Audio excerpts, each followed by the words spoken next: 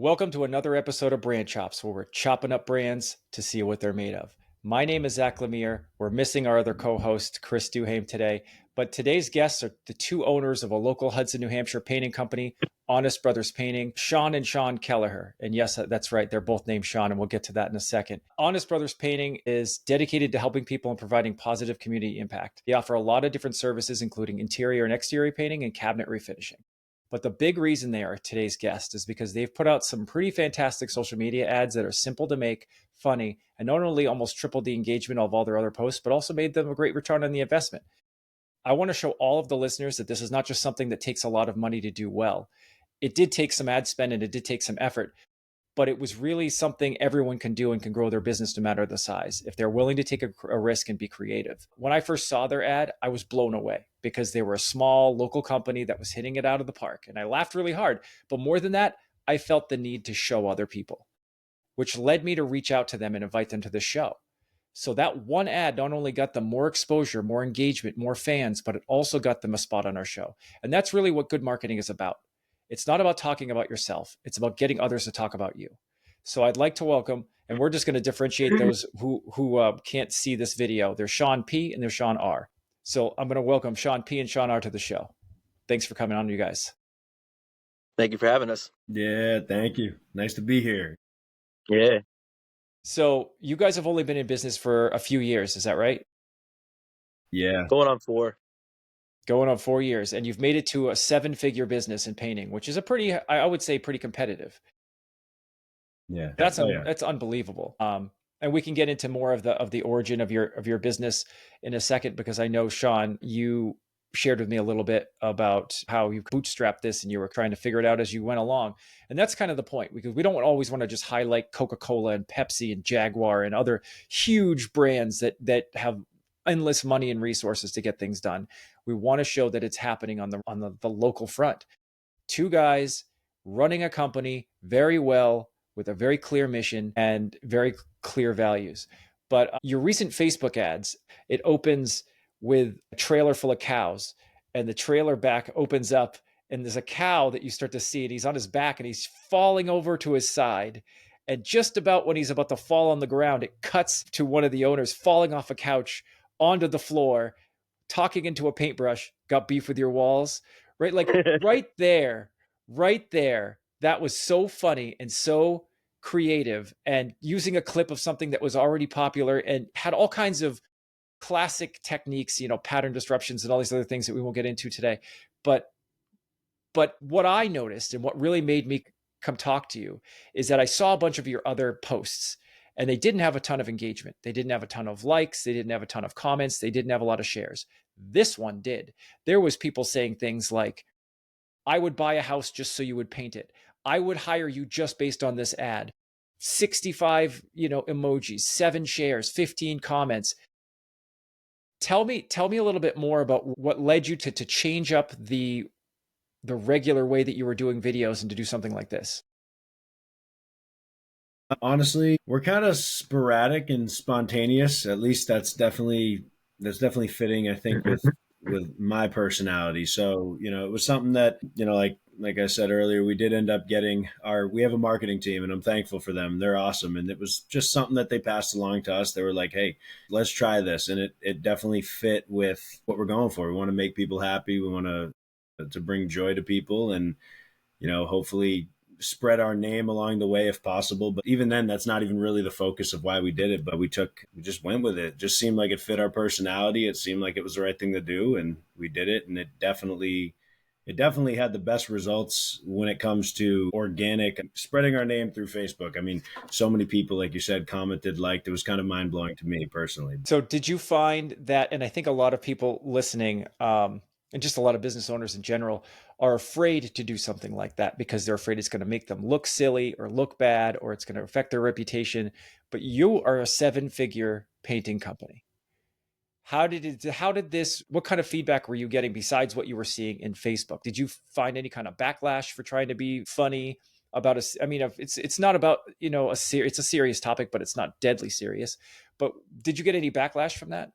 We definitely, well, honestly, I think we got definitely one comment on that one.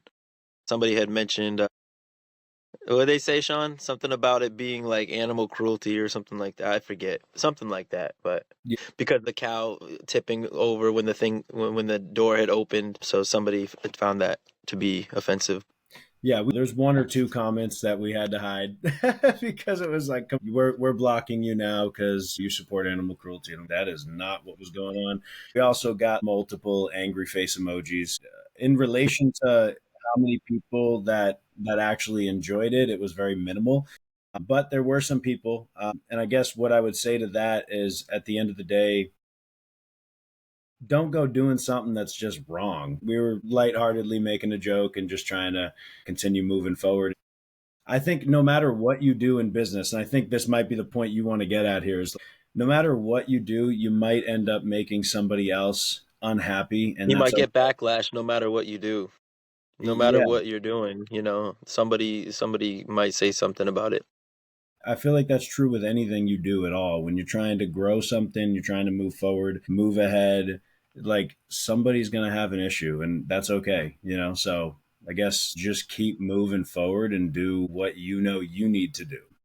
As I said in the very beginning, it's about taking a creative risk, and that risk that you're taking is going in a certain direction by not by being okay with not pleasing everyone. And that's really the only way to win with your brand. Is that I heard this quote, and I've said this a bunch of times in all the places that I talk, but and I don't remember who said this quote. I wish it was mine. If everybody likes it, nobody loves it. And really you're after the people to love it.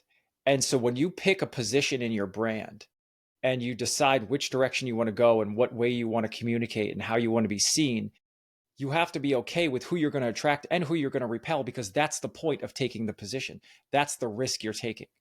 And that's Amen. completely okay.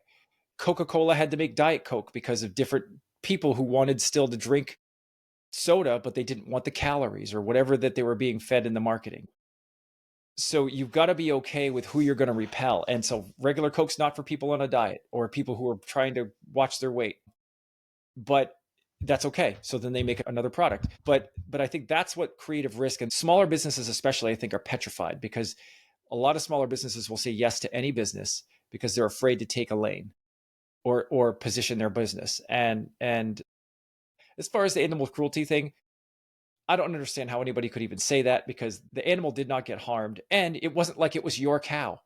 It was literally a clip from a video. Take it up with the people who made the video, not me. When I honestly saw that video, we like that wasn't anything that was even in our mind. And I honestly didn't even think of it as the cow being getting hurt or anything. The door opens, cow kind of just tipped over, and that was it. What's so funny is that you didn't even see the cow land because you took over and cut yourself falling off of a couch, and you timed it so perfectly. That's what was so good. Like, even like the distance from the couch to the ground, it was a perfect continuation of the video. That's what made it so good. Is there's this payoff when you see like, oh, something's happening, and I want to see the train wreck of something falling or someone tripping over something or running into a glass window thinking it's a opening. Everybody likes to see that stuff. And right before you get the payoff, you flip the script and fall on the ground, and talking into the paintbrush got beef with your walls. But the thing was, it wasn't just a joke. So for the people who are listening to this, it wasn't just a joke and then that's it. It was a very clear call to action. There was a clear offer. There was a clear value proposition. And so there was a lot of pieces and parts that were very well thought out, but it was just the execution. And a lot of people can do this. It's funny makes money. And that was one of the reasons why I wanted to bring you on the show to talk more about it. Love you or hate you, they're talking about you. And that's brand awareness. And that's when you're a small business, you want to get your brand out there as much as possible. Yeah, we love them anyways, man. Regardless, nothing but love over here from us. Yeah, and that's a great attitude. The second one that you did, which I thought was probably even more difficult to pull off, was you see a pole vaulter sprinting with his pole, and he goes to put it up next to the thing. I don't know what you call it, but like the big mat that you go up, and it doesn't lift him off the ground. Instead, it recoils and pushes him backwards on the ground. And then all of a sudden, just when you think he's going to go out of frame, you come flying in on the floor at like the same speed somehow. How did you do that? And then you're on the floor with with paintbrush in your mouth as the microphone. And I forget exactly what the tagline was for that, but it was just, now I'm starting to see these things. And again, tons of engagement, tons of shares, tons of comments. And whether you got some people that were like, oh, now it's pole vaulting racism or whatever people are going to think is the problem now. Like, now you're against pole vaulters because he must have gotten hurt. And what about his calves or whatever? Like, um, there's always going to be somebody that's got a problem with something, but that's okay. You know, only you know, the things that work the best are the things that take the biggest risks. And you didn't take a huge risk, but for a small business, I think most businesses just don't want to take this risk because they're petrified of not they're petrified of saying no to business, I think. So how Yeah. did you feel like you had to get over that as a business before you were like when you got the suggestion from your marketing company? Not at all. We just want to stay true to who we are, and we actually are pretty comical and just like we're just funny kind of guys, especially Sean. So we just want to be true to who we are, regardless of what it is. So we're never gonna do anything just to make money or anything like that. It's just like we're gonna stay true to who we are. That's what we're gonna brand, and like it or love it doesn't really matter to us. We're just here, just trying to provide for our families, our guys and their families, and be encouragement to everybody around us, and hopefully make some people laugh with those videos. I wasn't it for us, like, is like natural. Sean, he's the guy when it comes to these type of videos. I'm, I have to I'm work. I feeling. have to work myself up into it a little bit more. He just gets in and he slides right across the floor. Me, I got to work up to it. For one, and I think that this also talks a lot about the authenticity and the power of authenticity. And you're just saying, you're like, hey, we're just trying to be who we are. We're not changing for anybody, and we just thought it was funny, and that's why it felt so good to watch. You know, it wasn't overly scripted or overly produced. It fit very well. And then I saw another one that you guys did where I think Sean R. You just kept opening doors and flying through them and talking like you were just like there was door after door after door, and every sentence came with you walking out walking through another door, and it wasn't super funny, but it was really engaging and it kept me watching, and there was something about watching you walk through those doors like with purpose, right? Like, and it was an empty house you were painting or something, and I think one of them accidentally slammed, and you just looked at the thing and you didn't even cut it, you just like, moving on, we're going to keep it, and it was great. So with the success of these ads, Mm-hmm. and because, you know, there's multiple strategies here. I mean, yes, everybody wants to make money, right? But ultimately people don't buy or sell anything but brands at the end of the day. And the brand is that promise that you're making, the experience they have with you, the results that you promise that you're delivering on a regular basis, things of that nature. So with the success of these ads, like, do you have another ad like this in the pipeline that you're thinking about doing, or a bunch of different ads? I think you should keep doing it and be known for this kind of ad, or at least just make it one of your pillars. But do you have more of these in the bank? We do. We just shot. I think we just shot about three more. Got it back from the editor, and we're about to be putting them out. Actually, they're specific for before Christmas comes. So yeah, the goal and the plan moving forward is for us to continue to at least have one of them in the funnel. One of these like more brand awareness, viral type, funny videos out there. So yeah, I do plan on that. But can I backtrack for a sec? Am I allowed to do that? So I wanted to say, because you had from your last question that you had, I wanted to kind of jump in and answer from my perspective as well, and say when it comes to taking risks for brand awareness, for marketing, whatever people are doing in their business or not doing, I think really it was something that me and Sean stick pretty firm to. Is I think it really, before somebody, and of course you're, like you said, you're branding the whole way, like from start to finish, your brand is there, it exists, it's, people perceive you in a certain light, in a certain manner. But I think why people maybe struggle to kind of jump out into this realm of things is because I think a lot of people think they have to be something they're not to do that. And so for us, our focus has always been quality of service. Like it's what Sean was mentioning earlier. We want to uplift, edify, encourage, build not just this business or people that work for us, but our clients. I really think if someone's heart and their focus is actually rooted in the service they're providing people, if they recognize their purpose and their value and what they're doing rather than just a money making machine that they're building or something like that, it really frees up a lot of the internal, what are they going to think about me, or what's this person going to think? Because it's like when you know, and if in the bottom of your heart that you are out there serving somebody to the absolute best of your ability because you love them, because you care about them, and because there's a service that needs to be met and you're the guy that's able to make that happen, I truly think that it strips away the fear of man, the fear of what people are going to think. And you don't have to do a viral, I'm goofy. Like, I'm a super goofy person. Like Sean said, he's got to work himself into it sometimes. With me, we can't use most of the stuff that I shoot because I come in right off the bat and I'm just like, so Trump got elected. That's the way I'd start an ad. Like, that ain't gonna work. Or like come in and be like, so how about this economy? That just, I can't even use half the stuff we shoot for me just because I'm just goofy and that's just how I think. But I don't think everyone has to be that way to be successful. And you know this as a brand strategist, you don't need to do all that to be successful. You need to figure this out. If you figure, which I'm pointing to my heart Mm. for those who are listening, if you can figure out why you're doing this, why you're in it, it'll be really easy for you to take risks. This is a big question, big question. What wouldn't you do for the ones you love? So right there, that's the answer, I think. When you're serving somebody, do it as a service to them and love them. And then everything else comes naturally. It's easy. You'll take that risk because it's like, I'm not doing this just for me. This is bigger than me. So to be honest, I think that is key. I think when you see bigger businesses, the owners have a vision. The owners have an understanding of what they're doing and why they're doing it. And so it's easier for them to have the motivation to take those calculated risks, you know? That's great. It's a perfect segue to, I wanted to leave some minutes at the end of this for you to talk about the other element of your business that you've shared with me a little bit, Sean. And there's a couple other businesses that do this too, that are bigger, that are huge corporations like Hobby Lobby and Chick-fil-A. I think they have a religious layer to their mission, vision, core values. For example, Hobby Lobby and Chick-fil-A, they're not open on Sundays. It's just not happening. It doesn't matter that all the other competition is, it's part of their values and that's how they're sticking with it, which I respect a lot because not enough businesses know what their values are and follow them.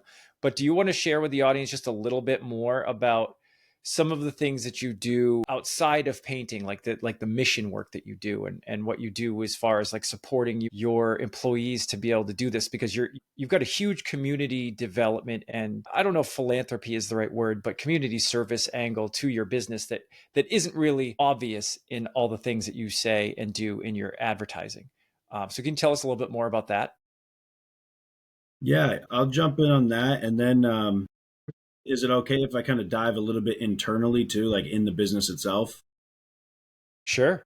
In general, yes, mission trips. This is something we just started recently to Uganda, serving people in need over there. The Lord led me to some people, an individual actually that's a pastor down there, and he lives a very humble life, meaning he don't even have like ceilings. Like it's pretty poverty. There's a lot of poverty over there. So went over there to serve, was unbelievably amazing, changed my life. I'm very thankful for it, and I just couldn't help but feel like this is not going to end here. And so Lord willing, we'll be back next year. But we kind of took that and we made it into an actual aspect of the business where our goal and our aim moving forward next year and the years to come is not only do we tithe business tithe, take that 10% business tithe, which, you know, that's just the start, but still, what an amazing thing to be able to take 10% of whatever and then put it over there to ministry work, to actually helping and supporting people that don't even have food, clothing, water, things like that. We're working on, as things continue to grow, really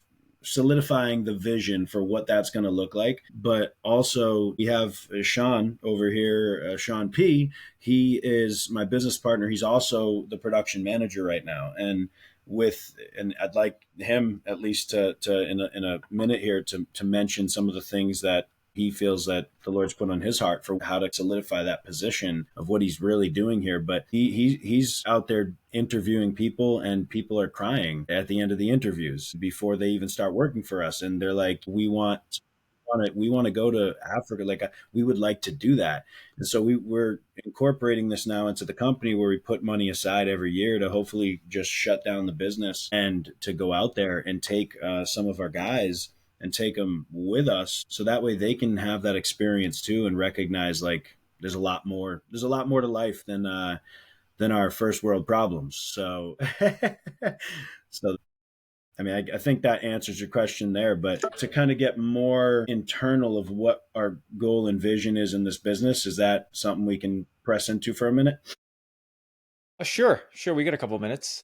Okay, so well, I figured maybe Sean, if since we're the production manager, like maybe you can press into explaining what what's on your heart lately for the guys, like what you're doing. Yeah. So what I've had on my heart for since the beginning of the business, but now am really understanding how to go about that, is just honestly just loving our neighbors as ourselves. So whether that's a client or our guys or whoever that surround us, taking the time to cater to their needs, see the struggles, see the pain that they're going through, because everybody's going through things. Like I'm going through things, you're going through things, we all have things that we're dealing with in life. In some sort of way we can all relate to that. So my goal and desire, Lord willing, is to just really be there for the guys and help to just build them up and encourage them, and to let them know truly like that it's more than just business. Like it's more than just like we work together, we're like a family. And yeah, just to just really be the light, to them that we're called to be. Like I'm nobody special. It's not, I don't claim to be anything like that. It's not,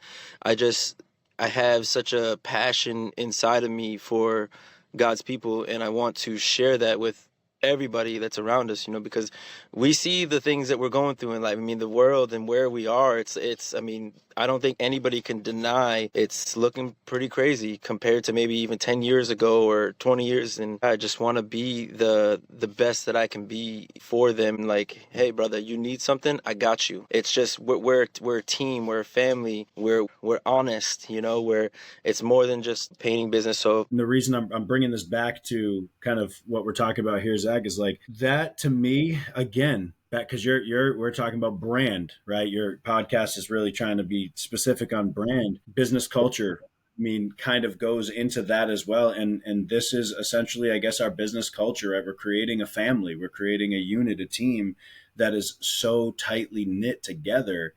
I feel like that in itself is really all somebody needs to be able to continue moving forward and growing their business, because they're making an impact. Like you're making an impact. Mm-hmm. Well, no, I appreciate you sharing that, because I didn't just want to talk about the superficial layers of these ads that you're doing. And I get it that you had some guidance from a marketing company.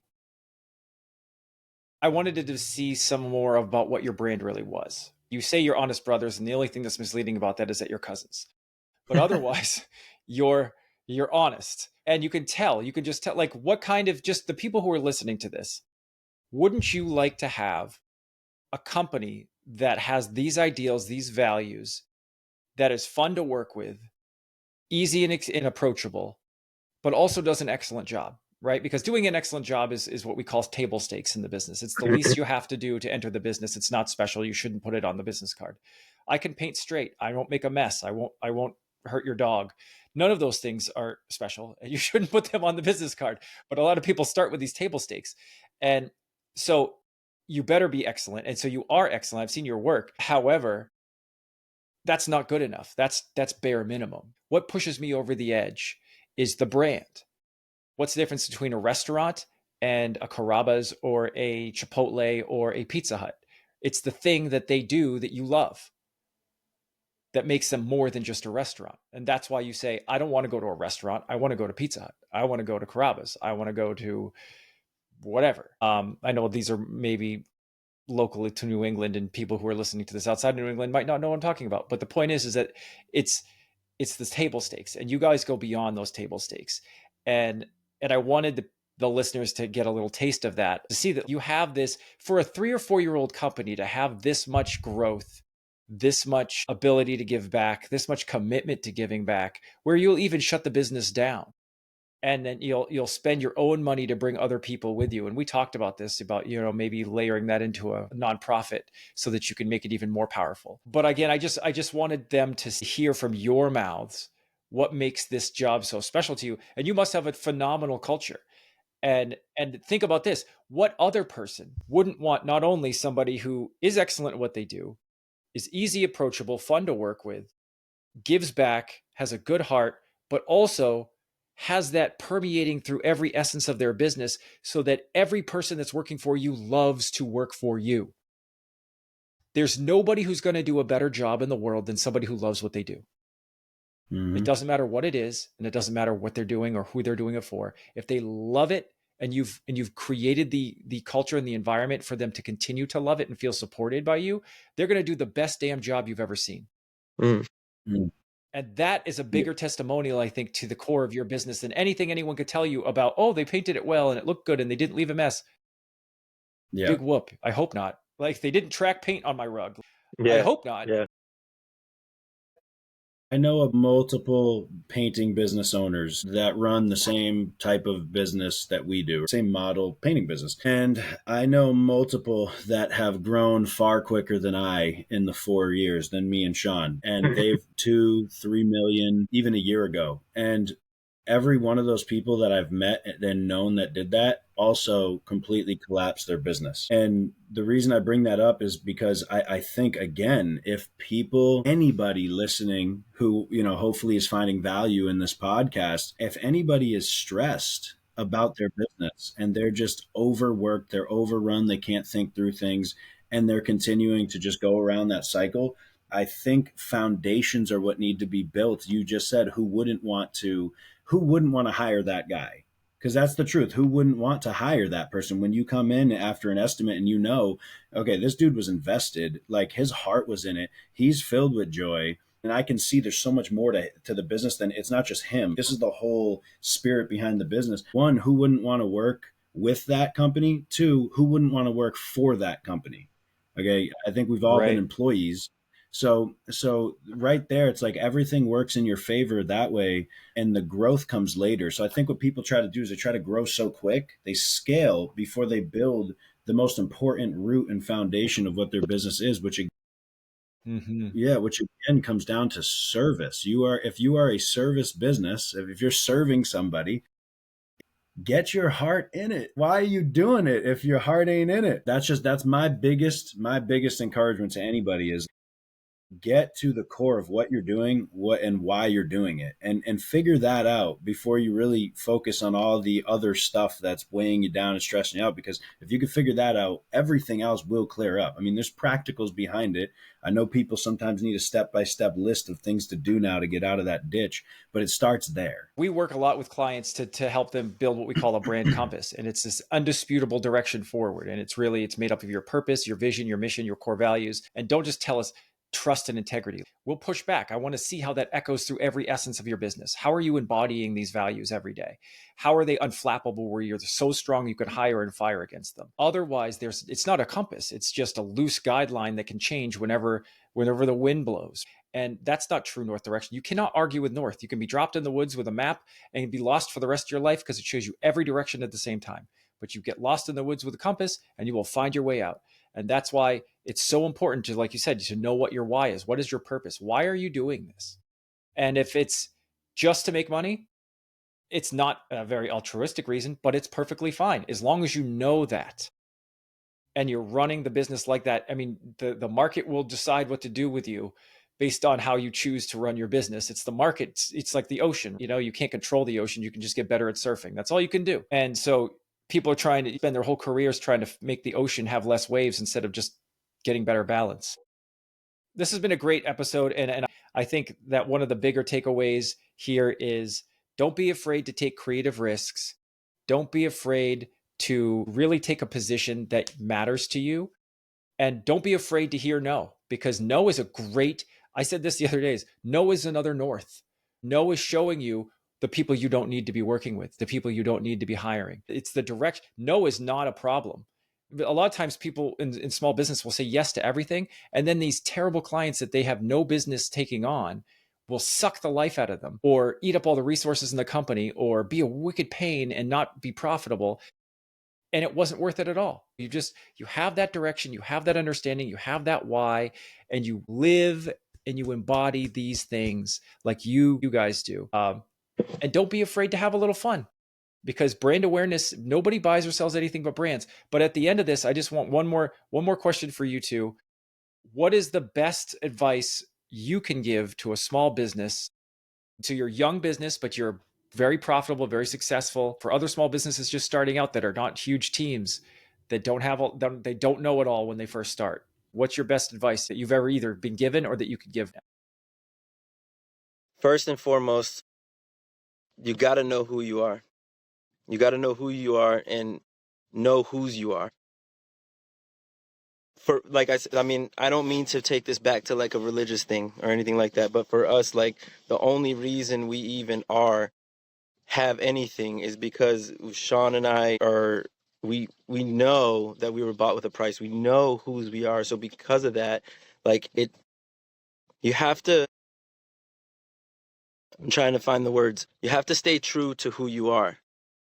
You have to know your identity. And when you know your identity, everything else just kind of comes. Like when you're fully convinced and sure, knowing who you are, the business thing, anything in life just kind of starts to come together because you're just so certain. It's like the pieces of the puzzle start to just kind of come together. There's things in business that we have to put our hands to. There's things that need to be done. However, when we allow those things in business to consume us and to be every thought that runs through our mind, it just kind of captivates you and you get lost in it and you're on the wheel. When you know your identity, who you are, you're solid in that. Don't leave that. Stay true to who you are.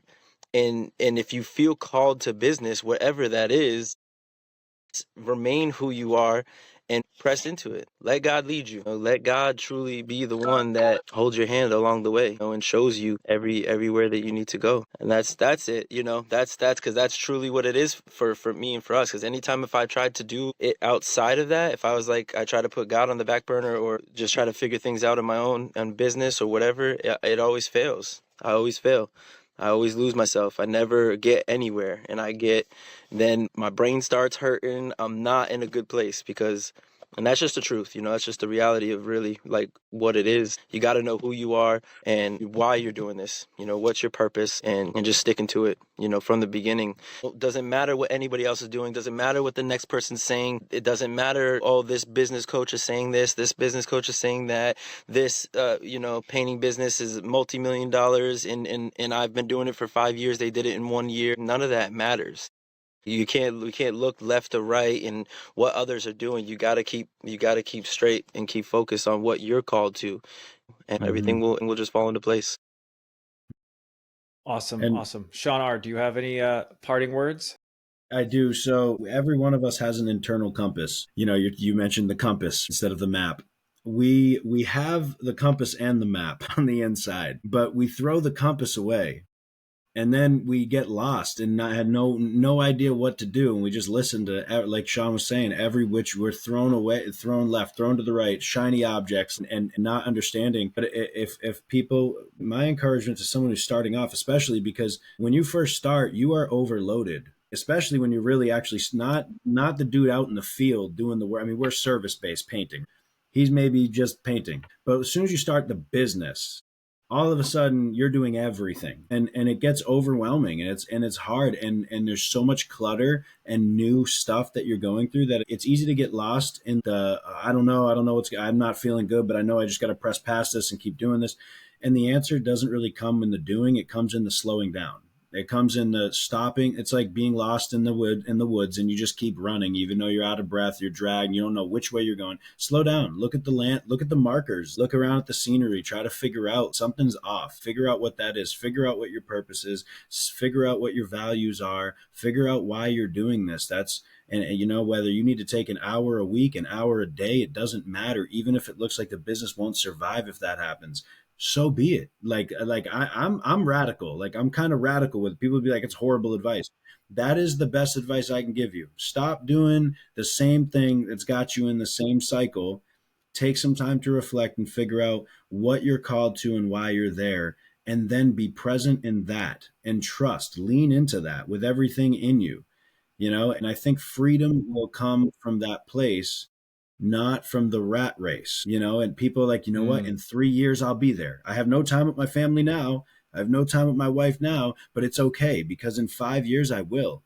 Wrong. In 5 years, you'll be in the same position if that's the way you think. You need to make that what is most important now, stick to it with all your heart and do not be deceived in any other direction. And for me, I saw a man on Facebook the other day. It was horrible. I mean, it was just yesterday, and I couldn't re-find the post because I had to go to an estimate. It made me sad. And he posted in a local group, bro, Zach, about small business owners. And he was like, man, let me just tell you what they don't tell you about small business owners. And he goes on, he's like, they don't tell you that they waste and move every single moment of their life, and that they're trying to do a million things at once, and they can't think straight because of this. And clients get mad at them when they can't answer the phone, but they have so many things they have to do. And he just went through this. It was the long post, bro, and it literally hurt my heart. I was like, damn, that sucks. Like, I'm like, I don't live, I've been there, but I don't live that life. And I haven't in a long time, because I've recognized, when I go to that place, that I need to let all that go, and I need to find my reason, my why, and where I'm at, and stick to that. It makes me sad, seeing that. And I think there was 37 comments from small business owners all over Southern New Hampshire that were like, hey man, like, yeah, this was so true, truth. Like, I feel this 100%. And I'm like, dude, Mhm. there's a lot of small business owners in this area that are hurting and struggling because they don't they don't know why they're doing it. For me, I could work 80 hours a week and I love it. Like, I could do that. The only reason I won't is because my family's more important, but I love everything I'm doing because I know why I'm doing it. So I can sit here Mhm. all night. You know what I mean? So that And it helps you move forward and it keeps you in momentum too. I'll use fitness for example. I get up really early in the morning and I go to the gym. I don't always want to, and maybe most of the time I don't want to ever. I don't want to get up, and I don't, and there's a million reasons why I shouldn't, or I couldn't, or I didn't want to. mm, But if you have that real reason why you're doing it, Hmm. it's an easy thing to trump all of those whiny voices in your head, all the excuses, all of the friction. And it's that purpose that drives you forward. Listen, no, I'm trying to be the example for my kids. I can't afford, and like, also it's mental, it's a mental thing for me. It's medicine.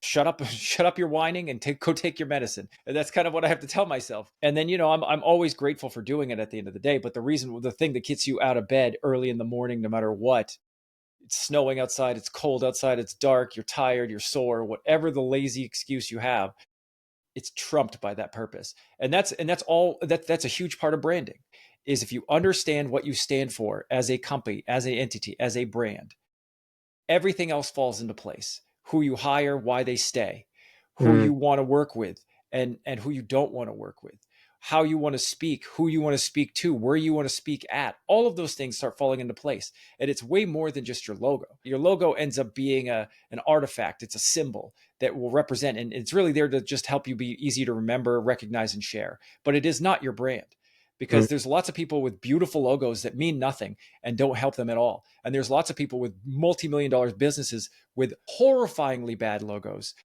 but are doing a great job, because ultimately your brand is the promise that you make and you keep on a regular basis. If your promise at Honest Brothers is that not only you're going to be honest and transparent, but you are good people who are in love with what you do, and you're not just going to do a good job because you say so, you're going to do a good job because it matters to you. And that to me is somebody I'd rather hire than somebody that's cheaper or has a better online reputation or more stars on Facebook or Google reviews. None of that is as important. Those are vanity metrics. This is that core of a brand that starts building a relationship that ends up getting from brand awareness to retention to loyalty. And that loyalty is that's the goal for all brands, is to change from I've heard of that brand to I love that brand. And when you have an emotional connection to that brand, that's when you've really got that loyalty and that advocacy. And people will be like, you've got to go work with these people because of XYZ. And I've never seen it done this well, or I've never had such a good experience, or I feel really good because every dollar I spend on this paint job now helps somebody in Uganda, or there's a million reasons to work with you guys. And I really just wanted to make sure that I gave some space for you to talk about the other side of the business, because I think it's important. So the last piece of this puzzle is for anybody who wants to work with a company that gets it, that wants it, that has the capacity for it, that is easy to work with, that's fun to work with, that is local to New Hampshire, how do they get in touch with you? Well, Facebook, Google, Instagram. Thank you. Thank you both so much for your time today. I know this has been a long time coming trying to get all the pieces together, but I think this is going to be a very valuable episode for our audience. So tune in next week where we'll chop up more brands to see what they're made of. Brand Chops is brought to you by the fine people at Pivot Creative. Pivot Creative is a full-service branding and marketing agency that partners with businesses to build brands that connect so that every dollar you spend is an investment and not an expense. If you need some branding or marketing guidance, a website, a new brand, or want to learn more about one of the topics we cover on the show, please reach out to us at pivotcreative.com. If you know someone that would benefit from learning more from one of our shows, please share the episode. Visit brand-chops.com. And as always, like and subscribe if you find this content to be helpful. See you next time on Brand Chops, where we chop up brands to see what they're made of.